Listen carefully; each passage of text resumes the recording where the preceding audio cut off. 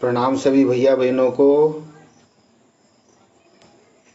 आज हम समझेंगे फसल चक्र को प्रभावित करने वाले कारक कौन कौन से हैं। तो फसल चक्र को प्रभावित करने वाले कारक निम्नलिखित है। पहला आता है मृदा की किस्म। तो यह फसल चक्र को प्रभावित कैसे करता है? मृदा की किस्म का फसल चक्र से देख रहे हैं हम ज्वार की फसल चक्र के कारण इस प्रकार की भी धान्य फसलें लेना पड़ता है हमें। तो पहला कारण क्या है? मृदा की किस्म का फसल चक्र से गहरा संबंध है। अच्छी उपजाऊ भूमि में भी ऐसी फसल बोना जो इसके अनुकूल नहीं है। अच्छी उपजाऊ भूमि में भी ऐसी फसल बोना जो उसके अनुकूल नहीं है। अनुकूल फसल हम नहीं बोएंगे तो क्या होगा? उत्पादन नहीं होगा। काली मिट्टी है और काली मिट्टी में हमने खूब उर्वरा भूमि में चना लगा दिया तो वह चना उसमें फल ही नहीं लगेंगे, है ना। मटर लगा देंगे तो मटर में फल ही नहीं लगेंगे। दूसरा जलवायु, नमी, तापमान, वर्षा तथा वायु जलवायु संबंधी कारक है जो फसल चक्र को मुख्य रूप से प्रभावित करते हैं। फसल चक्र को नमी, तापमान, वर्षा तथा वायु जलवायु संबंधी कारक जो फसल चक्र को प्रभावित करते हैं। अतः फसल चक्र तैयार करते समय इस बात का विशेष ध्यान रखना चाहिए कि संबंधित फसल उस क्षेत्र विशेष की जलवायु के अनुकूल है या नहीं। उदाहरण के लिए ऐसी फसलें जो गर्म एवं तर जलवायु में अच्छी उपज देते हैं को हमने शीत नम जलवायु में उगाए तो कभी भी उनसे अच्छी उपज की कल्पना नहीं की जा सकती। गर्म जलवायु वाली फसल को नम जलवायु में अगर बो दिया तो उपज नहीं मिल सकती। जैसे संतरा जो है महाराष्ट्र में होता है और उसको हम मध्य प्रदेश में उगा रहे हैं तो हमारे यहाँ की नम जलवायु है, महाराष्ट्र की गर्म जलवायु है। गर्म जलवायु में वो अच्छा होता है, हमारे यहाँ खट्टा हो जाएगा। अतः फसल चक्र तैयार करते समय जलवायु संबंधी कारकों का विशेष ध्यान रखना चाहिए। अतः फसल चक्र तैयार करते समय जलवायु संबंधी कारकों का विशेष ध्यान रखना चाहिए। सिंचाई के साधन तीसरा कारक है जो फसल चक्र को प्रभावित करता है। फसल चक्र बनाते समय अपने सिंचाई के साधनों का ध्यान रखना चाहिए कि हमारे पास कुआं है कि पोखर है कि हम नदी से पानी उठाते हैं, कितनी देर पानी नदी में रहता है, कुएं में कितनी देर पानी रहता है, ट्यूबवेल में कितना पानी है। इस प्रकार से हमने कभी भी अपने सिंचाई के साधनों को ध्यान में रखते हुए फसल चक्र बनाना चाहिए। अन्यथा लाभ के बजाय हानि की अधिक संभावना रहती है। यदि सिंचाई की उपलब्धता कम हो तो कम पानी चाहने वाली फसलों को वरीयता देनी चाहिए। चौथा, किसानों की आर्थिक दशा। तो किसानों की आर्थिक दशा किसानों की आर्थिक दशा भी काफी हद तक फसल चक्र को प्रभावित करती है।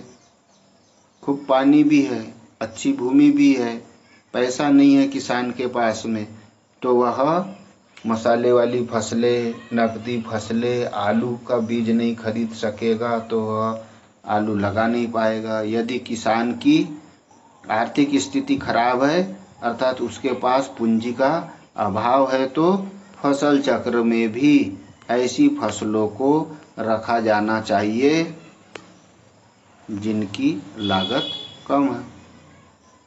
कम लागत वाली फसलें बोनी चाहिए। पांचवा, बाजार की मांग। बाजार भी देखना चाहिए कि क्या मांग है, वही फसलें बोए। किसान की घरेलू आवश्यकताएं एवं बाजार की मांग। किसान की घरेलू आवश्यकता कौन कौन सी फसलों की है और बाजार की मांग कौन कौन सी फसलों की है, यह भी फसल चक्र को प्रभावित करती है। जैसे फसल चक्र में हमेशा उन्हीं फसलों को वरीयता देनी चाहिए जिनकी स्थानीय बाजार में मांग अधिक हो। ऐसा करके हम परिवहन के खर्च एवं समय को बचाकर अधिक लाभ कमा सकते हैं। नहीं तो दिल्ली में 100 रुपये किलो भिंडी है और हमने बैतूल में बो दी, यहाँ से हम वहाँ तक ले जाएंगे, परिवहन खर्च बहुत अधिक आ जाएगा, वहाँ का किसान फायदे में रहेगा, और हम यहाँ बैतूल से ले जाएंगे वह खर्च ज़्यादा हो जाएगा। तो परिवहन खर्च भी देखना चाहिए, और समय कि 4 दिन जाने में 4 दिन आने में टूटेंगे तो 8 दिन जाएगा, तो फसल क्या भाव पड़ेगी। शस्य सघनता, अगला प्रश्न आता है शस्य सघनता क्या है, इसको प्रभावित करने वाले कारक लिखिए। तो परिभाषा शस्य सघनता की किसी क्षेत्र विशेष में एक वर्ष में बोए गए, किसी क्षेत्र विशेष में एक वर्ष में बोए गए कुल क्षेत्रफल को 100 से गुणा करने तथा प्राप्त संख्या को खेती में प्रयोग किए गए क्षेत्रफल से भाग देने पर, किसी क्षेत्र विशेष में क्या करेंगे, एक वर्ष में बोए गए कुल क्षेत्रफल, जैसे 10 एकड़ में बोया तो 10 एकड़ क्षेत्रफल को 100 से गुणा कर देंगे,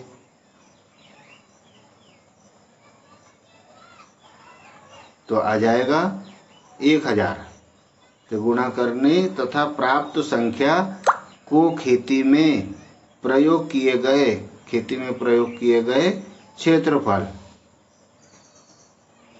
से भाग देने पर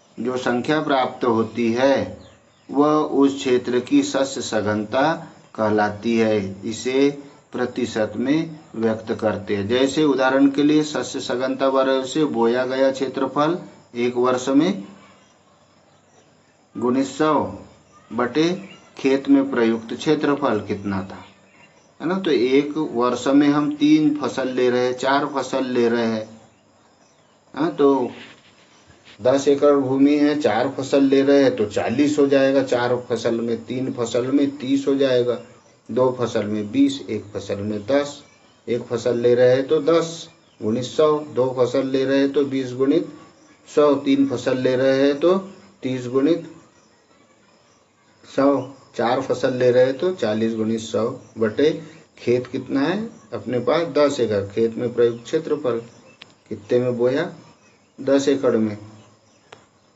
तो इस प्रकार उदाहरण के लिए यदि किसी 20 हेक्टेयर के क्षेत्र में खरीफ में 15 हेक्टेयर, रबी में 20 हेक्टेयर, फिर से समझो, यदि किसी 20 हेक्टेयर के क्षेत्रफल में खरीफ में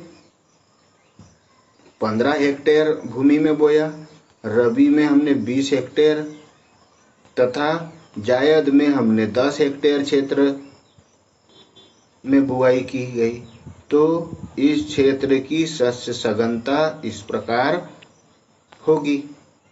एक वर्ष में बोया गया क्षेत्रफल कितना है, 15 हेक्टेयर में हमने खरीफ की फसल बोई थी, है ना। खरीफ की फसल देखिए, खरीफ में कितने हेक्टेयर, 15 हेक्टेयर, तो ये लिखा हमने 15। फिर रबी में 20 हेक्टेयर, तो ये लिखा हमने 20। फिर जायद में 10 हेक्टेयर, तो लिखा 10। तो कुल टोटल कितने हेक्टेयर में बुआई की हमने एक वर्ष में, 45 हेक्टेयर में। अब शस्य सघनता सूत्र रखेंगे हम, ऊपर वाला शस्य सघनता बराबर से बोया गया क्षेत्रफल एक वर्ष में गुणित 100 बटे खेत में प्रयुक्त क्षेत्रफल। तो ये रखा हमने शस्य सघनता बराबर से एक वर्ष में बोया गया क्षेत्रफल कितना आया 45 हेक्टेयर। तो 45, हमारे पास कुल क्षेत्रफल कितना है 20 हेक्टेयर, तो 45 बटे 20 गुणित 100, तो बराबर इसे कितना आ गया 225। तो इसे काय में रखेंगे हम, प्रतिशत में। समझ में आ गया होगा मैंने जो समझाया वह, आप उदाहरण कॉपी में लिख करके इसको काट करके देख लीजिए। ऐसे 2-3 प्रश्न स्वयं अपने मन से बना करके उन्हें हल कीजिए।